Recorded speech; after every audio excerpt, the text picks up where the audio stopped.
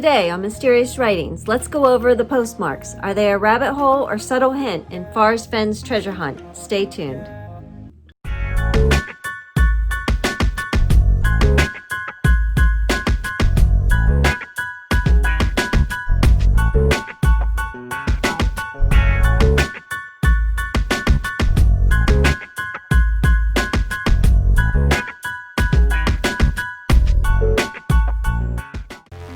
In the Thrill the Chase Treasure Hunt by Forrest Fenn, decorative postmarks are seen throughout the pages and on the inside covers of his book.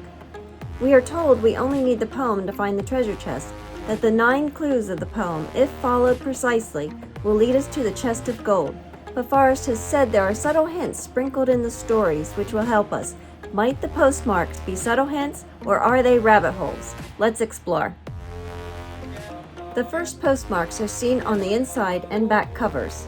All 7 of these are also used throughout the book. In the following chart are the page numbers, dates of the postmarks, chapter, and if on cover it is noted. The correct days of legible years are also given. I'm not going to read down over the chart. Please pause if you'd like, and do so for the next 3 frames, which offer a close-up look at the postmarks on the pages.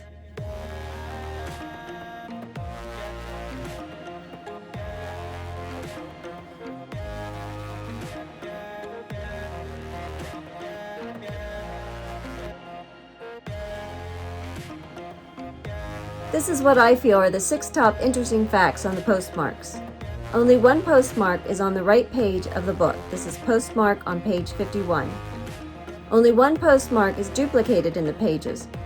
This is the postmark on page 51 and 126.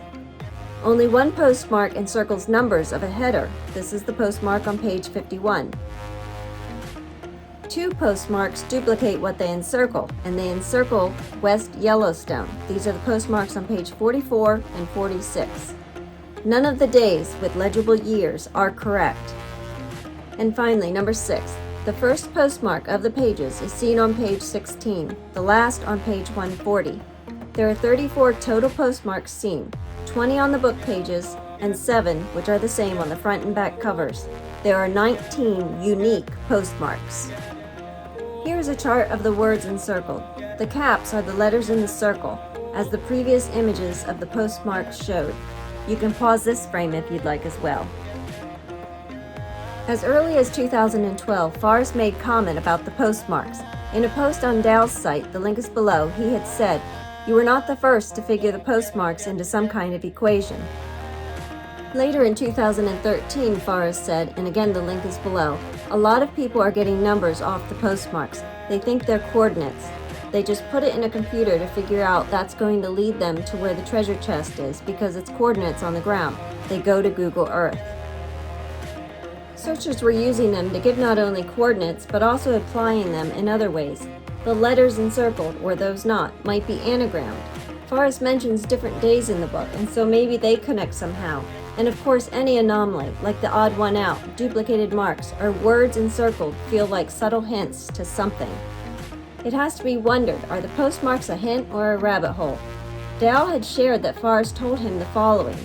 He said the postmark dates are not specific to anything and provide no assistance to finding the chest. And Forrest also said they weren't his idea, but the book's designer, Susan Caldwell's. He said, like with the Thrill the Chase, Susan put the little postmarks in there and the little corners on the photographs. But yet, the hints aren't supposed to take one to the treasure chest, only help with the clues. In a 6th question with Lou Bruno, another designer of the book with Susan Caldwell, when asked if he could say anything about the postmarks, Lou answered, "I can say that certain elements were added at the very end of the Thrill the Chase production that to me were likely integral to the mission of the book. We do not know what these certain elements were." What if instead of the 2 West Yellowstones, Lou and Susan had one originally with maybe Canyon Street? And Forrest nonchalantly said, "I'd like that changed to West Yellowstone." So it was duplicated. Why would the designers duplicate it anyway? Seems strange. Or if the postmark on page 51 was on the left side and Forrest felt, for whatever reason, it should go on the right and wanted it used again in the Golden Moor chapter. All he had to say was, "Let's move that on this side and add it to the Golden Moor chapter." Little things, even date changes on the marks, could have easily been suggested by Forrest, and no questions would be asked.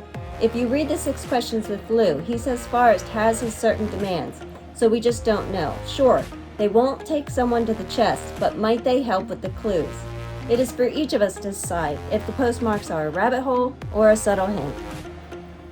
Best of luck with all that you seek, and always treasure the adventure. Thanks for watching, and we'll see you next time here at Mysterious Writings as we continue to talk about all things treasure.